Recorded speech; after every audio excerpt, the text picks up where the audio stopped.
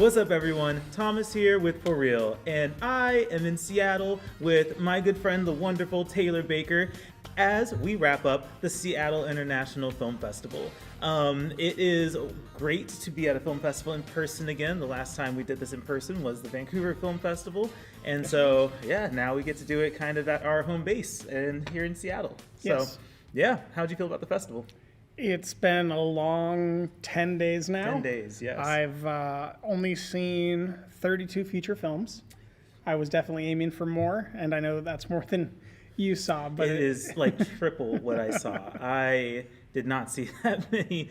I think I saw a lot of the ones that I wanted to, but I did appreciate the online format, which allowed me to get some in while I wasn't in Seattle proper. The hybrid mode is very helpful. Yes, we greatly appreciate the virtual version of the festival, because even while I'm here in town, we could still hang out at your place and keep watching films that aren't programmed for that night. So with us having covered like Sundance and South by and TIFF, there are a bunch of films that we've seen, and so when those are playing, it's been nice to be able to go online and absolutely and watch new things that unfortunately we haven't seen. there's just not more days to watch all these things you remember the time when SIFF was 3 weeks long? I think it was 5. It was like 3 to 4 end of weeks. April through the end of May. It was a long one, and just think about doing this for that long. That'd be great. Yo, look, I am okay with that. If we want to get back to the 3.5, 4 week programming, let's make Seattle Film Festival the biggest film festival in the world again. The longest film festival of in North America, I think it is. So yeah. Let's get back to that title. But as it is this year, 10 days here in Seattle, the festival had dozens of world premieres, hundreds of films in total, including short films, and then 2 secret films, one of which we saw last week and another one we're going to see tomorrow and cannot discuss. So the Secret Fest Fingers crossed. I know, right?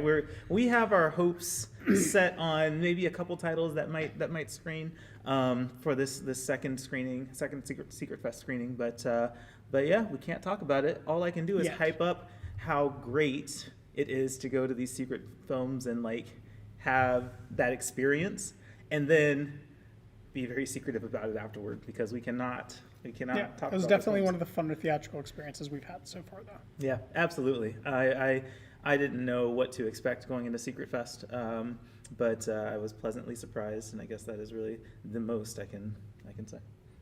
Correct. So we've seen a bunch of films, and I think that to wrap up, we want to talk about our top 3, top 5. What do you think? I've got a top 5. You've got a top 5. I have a top 5 and some honorable mentions. So we're going to talk about those. And do you want me to start, or do you want to start? Why don't you start? I will start.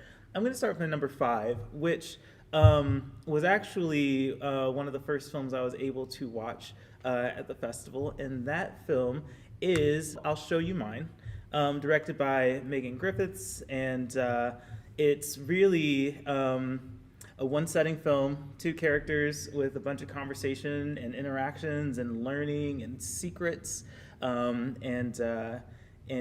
revelations. So this was one that I thoroughly enjoy, because I like these small-scale conversation-based type of films, and it really hit that type of storytelling for me.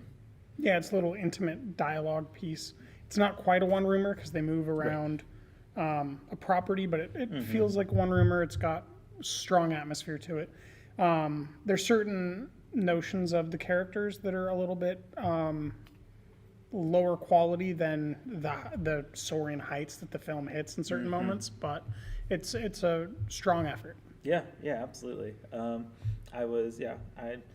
I'm happy to recommend that one. I think it was a good one, and this was the world premiere. Was it? Okay. Yeah. So that's the one I have to talk about. Starting from the bottom to the top, if that's what we're doing, yes. I will talk about Sweetheart Deal from Gabriel Miller and Eliza Levine. I don't know the details because I didn't see it in person. I did the virtual screening. But as far as how they shot this film, this film was documented over a period of time in the 2010s, mostly on Aurora Avenue here in Seattle, and it slowly unmasks what is a serial rapist who pretends to be caring for sex workers working on and around Aurora Avenue. And it also gives a very interesting and meaningful glimpse into the lives of these women and as they try to navigate in and out of sex work and in and out of drug use and try to get to see their children or rehabilitate relationships with their parents. It's a very moving documentary, and I was very surprised by its quality and slow burning, well-paced, well-edited nature. What is your next title? You know, the next title that I'm going to talk about was actually a last-minute decision for me to see. It was not quite on my radar until about mid this week, and then I kind of pulled the trigger and said I'm going to go see that in theaters. Drug you along with me, and this is the film Doula. It's a comedy by Cheryl Nichols, who we got to hear talk at the Q&A afterward about the film. With the writer. With the writer. Another world premiere. I'm really getting my world premieres in here. But I liked this film because of its balance between comedy, but also what's the right term? Like realistic perspective of this relationship that is barely holding together between these two characters and the conflicts that they have. I think that it kind of breaks from the traditional I did love you and now I don't love you, and has more context to what these characters are feeling together. And then of course there's this doula that is also a kind of a part of the dynamic of how they're all interacting with each other, and it's hilarious. I did a lot of laughing, and He did do a lot of laughing. I'll second that. If you go to a comedy with me, just be ready for some belly laughs because I do that. So yeah, what did you think about it? I did not like it as much as you. I do respect the tonality that was able to be achieved. There are some really fun character arcs and character payoffs. I don't think that it all came together for me the same way that it did for you. But the lead female character is really the primary shining light when it's not the doula character. Yeah, I think definitely strong performances on their part, and the guy that plays her boyfriend. I think between the three, right? He was very good at being a douche. Yeah, yes, which is kind of part of why their dynamic isn't working. So it works out. So all right, you're number 4. My number 4 is Fernando Leon de Arona's The Good Boss. This is a film that I was anticipating and recommended before we attended SIFF, and it's a film that I love on the other side of SIFF. It's, I think, his third collaboration with Javier Bardem, and it's a 2-hour moral tale that is like a dark joke where everything goes over the head of the main character, even though the main character is in charge of everything and never loses his power. Just an example, his oldest employee, his name is Fortuna, which translates to fortune or luck. And the film opens with this character, whose name is Fortuna, knocking on his door and asking him to please bail his youngest son out of jail because in the opening moments of the film, he's seen beating a man nearly to death. Oh boy. And so it goes on with its subtle metaphors like that, but it ends with Fortuna in frame. And there's a deep moral reconciliation that should be occurring, that is occurring in the viewer. And instead, Javier Bardem asks, is that level? As he's hanging an award. So it's a really fun movie. One of the best times I had at the festival by far. So I would definitely recommend that when it comes out. Yes, I unfortunately may not get around to that one this festival, but strong recommendations from you are usually things I like to check out at some point. So my number 3 is one that we saw today, and that is which one? That's right. It's Inu-Oh. I had a very interesting time with this film because I went into it not really knowing anything about it. I knew it's anime styled, Japanese film, and so that was it. I was not quite prepared for the concert that we were then treated to For an hour for an after hour. the 30-minute exposition. It was so there's a portion of exposition that then leads into music that then leads into full on like rock show, and that kind of perpetuates throughout the rest of the film, leading up to a rock pop finale. As we were talking about, it's kind of a glam rock anime really- movie. But the animation style, that's why I like the Night of Short Walk On Girl, because it's not really anime conventionally. It's kind of this cartoonish, like it's kind of almost France, European influenced, like very rounded character shapes and rounded like feet instead of the traditional like angles that you're going to see in anime. Right. Yeah. And yeah, I had a good time, first of all, trying to figure it out. And then once I figured it out, I had a good time just experiencing it. It's just such a big rock concert. And it does so much referencing to pop and rock icons. We talked about Queen, the references to Queen. Michael Jackson, big references there as well. And so it pulls from pop culture to kind of influence the kind of performance that these characters put on. So yeah, I had a good time with it. It's an interesting film. It's not what I wanted, but it's worth engaging with. Yes. Your number 3? My number 3 is Peter Strickland's Flux Gourmet. This is a absurdist art installation criticism of everything that's heady about music and art and cuisine and just anything that's kind of insufferable. It's all coalesced, and there's just the most dense amount of flatulence jokes and flatulence that I've seen in a film in years, and definitely this year. Strickland continues to really control the soundscape to give his films this texturous quality that he pairs with images that are really close to whatever the surface is.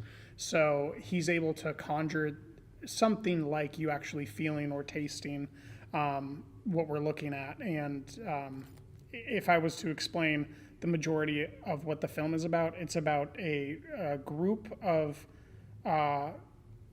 cuisine musicians.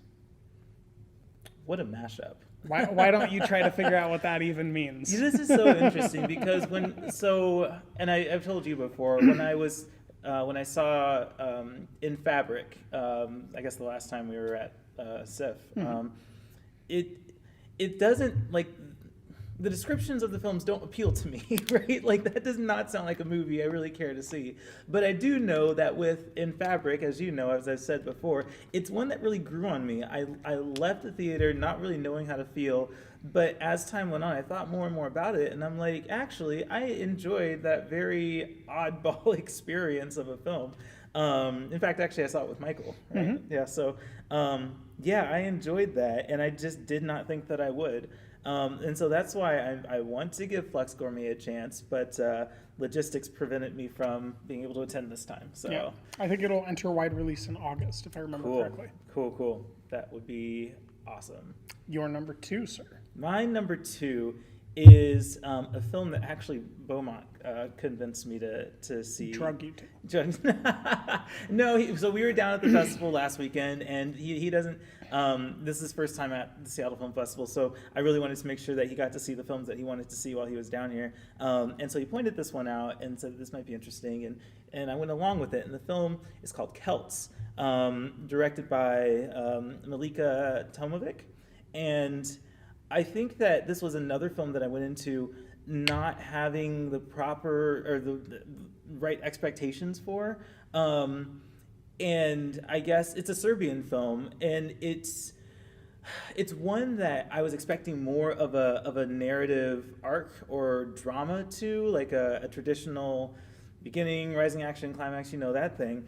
And it really is not that. It is very much slice of life. It's very much, here's this birthday party that kids are enjoying, that parents of these kids are also enjoying, maybe with some liquor and intoxicants, right? And it's really just like this eye on this thing happening at this house, right? Slice of life. It's very, very, very much slice of life, and it just bounces from one set of characters to another set of characters. Everybody kind of has their own drama, and they're exploring it, and we're exploring these characters and like piecing together everything. It's a wild ride, but if you go into it knowing that it's slice of life, you can just have a really great time, just like experiencing it and just taking in this really wild atmosphere that's happening. So yeah, It's one that I want to get to before the festival ends. fingers crossed. I do recommend it, and thank you, Beaumont, for suggesting it, because I don't know if I would have gone otherwise. So, and it's my number 2. My number 2, I believe, is your number 1 film of the film festival. Oh, yes. We just got out of this film, Yes. and I like it quite a bit.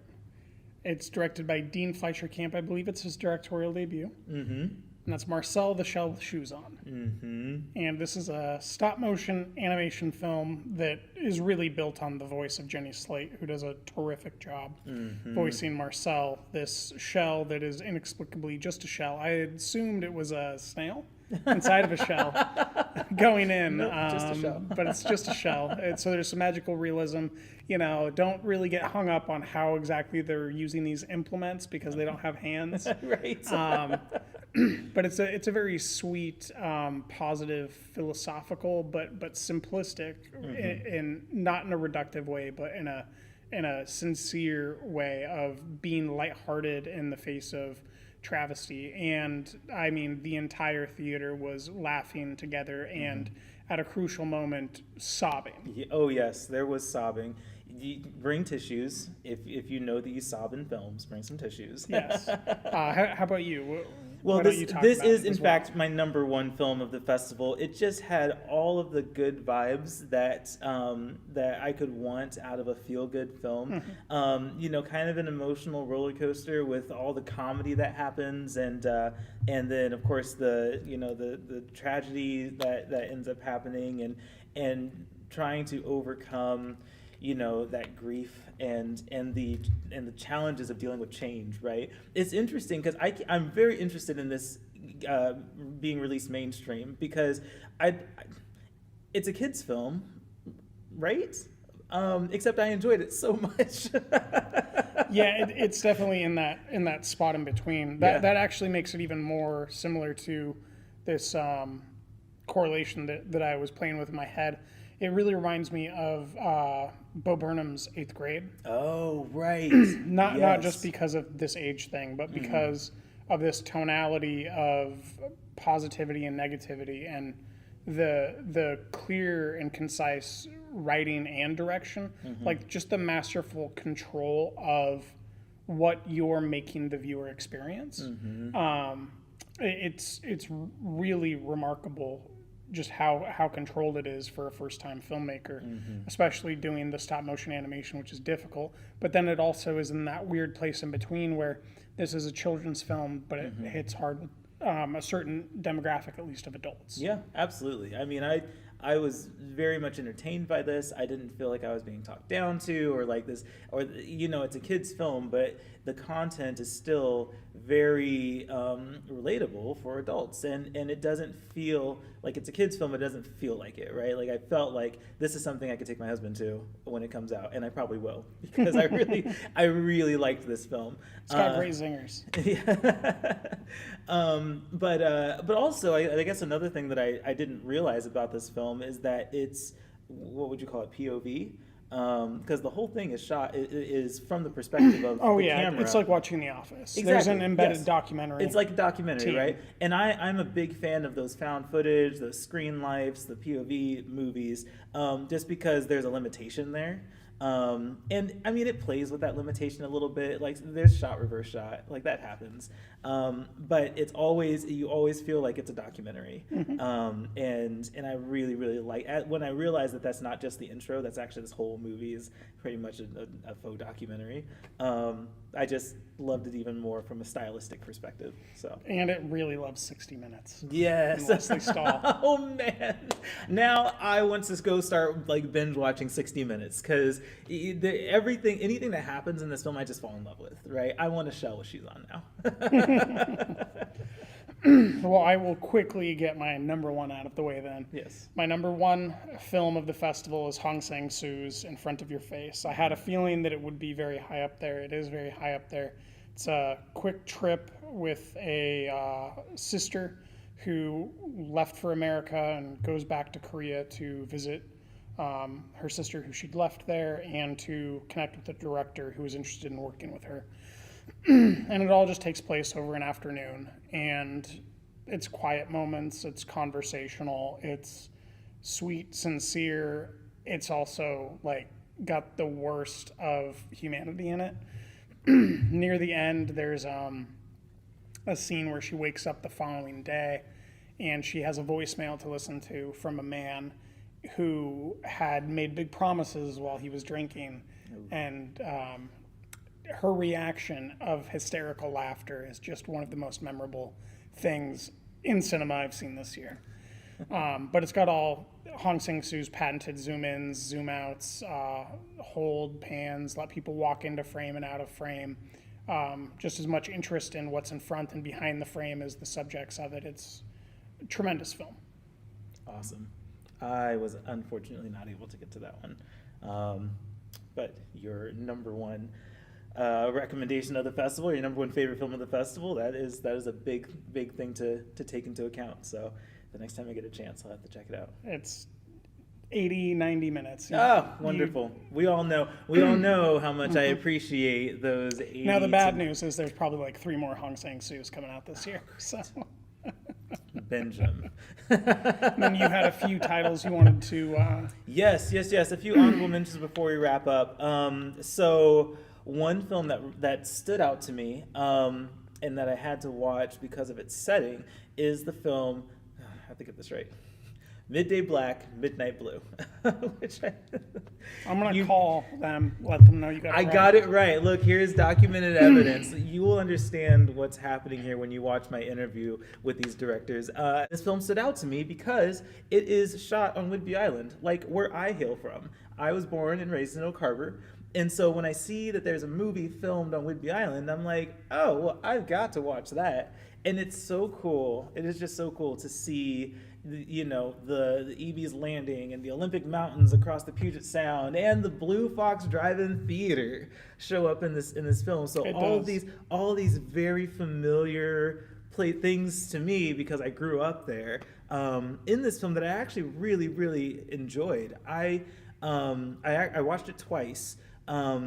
Just to like make sure I had a good understanding of like how this main character named Ian, who's played by Chris Stack, how he's perceiving reality, right? It's one of those films, I don't want to directly compare it to Linoleum, but I did bring up this idea of like mixing up memories, which Linoleum, a SIFF selection as well, we saw at South by, that one deals more with like dementia and the character there mixing up memories because of dementia.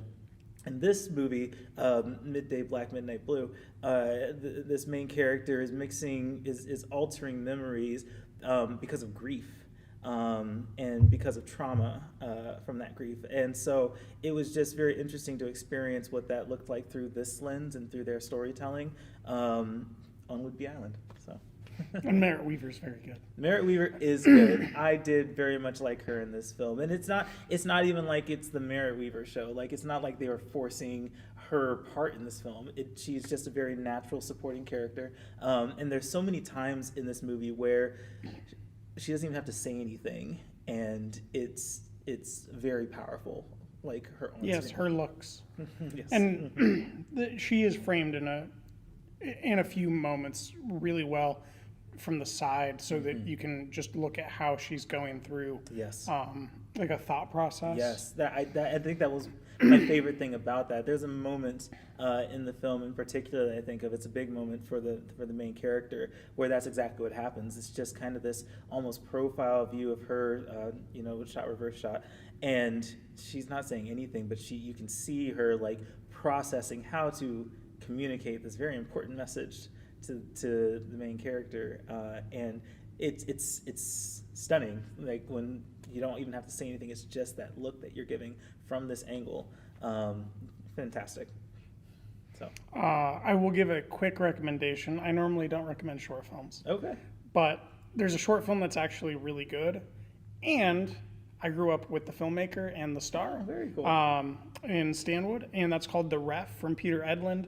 It's a 12-minute short film about a basketball referee refereeing I think it was a second grade basketball game, and everything just kind of devolves into a mess. It's a really interesting execution of tonal shifts, and then it lets the lead kind of have a big brash moment into a breakdown back into like control. There's just some interesting character work going on.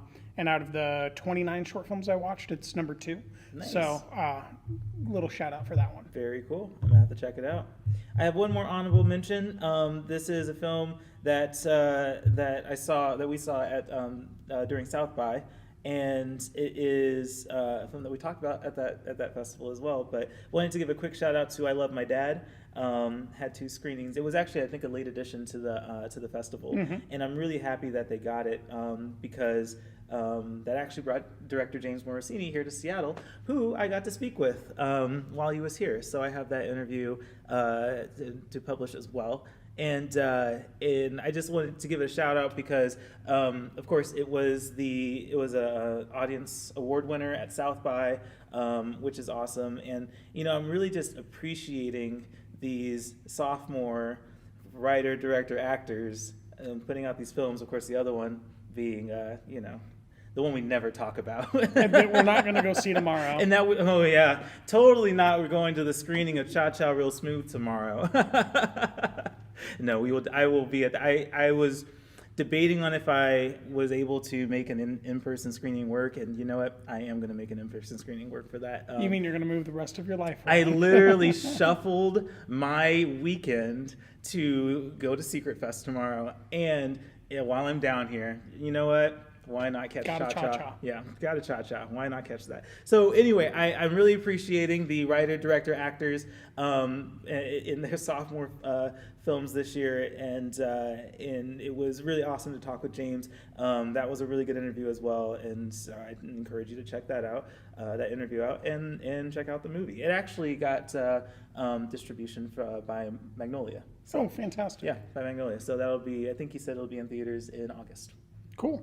My last recommendation that isn't necessarily a top 1 through 5 is Everybody Hates Johan. Yes. This is just excellent demonstration of how you can do a lot with a little.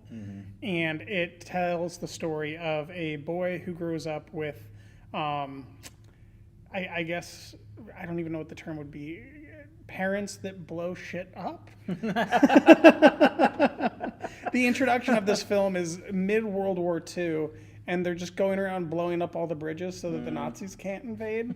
And then they go and knock on the door where all the soldiers are in this tiny little hut to let them know that they've blown up the bridges, and they all freak out. They're like, we were getting ready to do that. We were going to do it. And it's just this running gag of like how this character, Johan, who everybody hates, continues to just like do what he knows needs to be done, and that undercuts the masculinity of this entire village. And eventually he gets kicked out of it and comes back, but it's a very funny film. It's tragic, it's sweet. I was very surprised by it, and I think it has distribution coming, and if you get a chance to see it, I absolutely recommend it. Yes, so my plan for the last day of SIFF is to finish Sweetheart Deals, go to Secret Fest, Cha Cha Real Smooth, and then that one I might make my last film virtually. So, nice little comedy. yeah, I mean, I've heard great things about it from multiple people, and I like to end my festivals on high notes. So yeah, that is the plan for me. So Fantastic. yeah, I don't know. Any last thoughts that you want to get out there about SIFF and your SIFF I can't experience? believe it's over. I know, It just it started. goes by so quickly. It goes by so quickly. Although I feel like I always say that, but like this really feels like I didn't have the time to do what I wanted to Right. do. Yes, And then I look at Letterboxd and it's like, I guess I did a lot. well, it's great because I'm hopping right out of this into covering hot dogs, and so nonstop. I wish it was just you doing that. Yeah. Nope. You got to tag along too. So fortunately, we're going to be doing that virtually, and I'm looking forward to seeing what documentaries there are to experience there. We've but got some other friends doing it too. So Yeah, they'll yeah. probably join us for a video or two. I always love putting these on. So yeah. Anyway, thank you all for watching. Really appreciate you tuning in. Of course, Taylor here again is from Drinking the Movies. Can Yep. you direct everyone to how to find your content and social media? It's really hard. You go to drinkinthemovies.com and there's an about. Everything's there. Everything's there. He makes it so easy. How about you?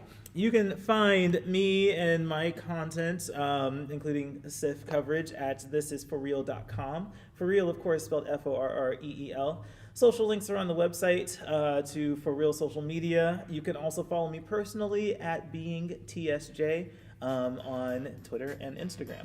So that's it. We're wrapping up SIFF. Well, at least as far as this video goes, we got one more day, and I'm looking forward to doing that. But, until the next time we hop on another one of these videos, thank you for tuning in, and this is For Real.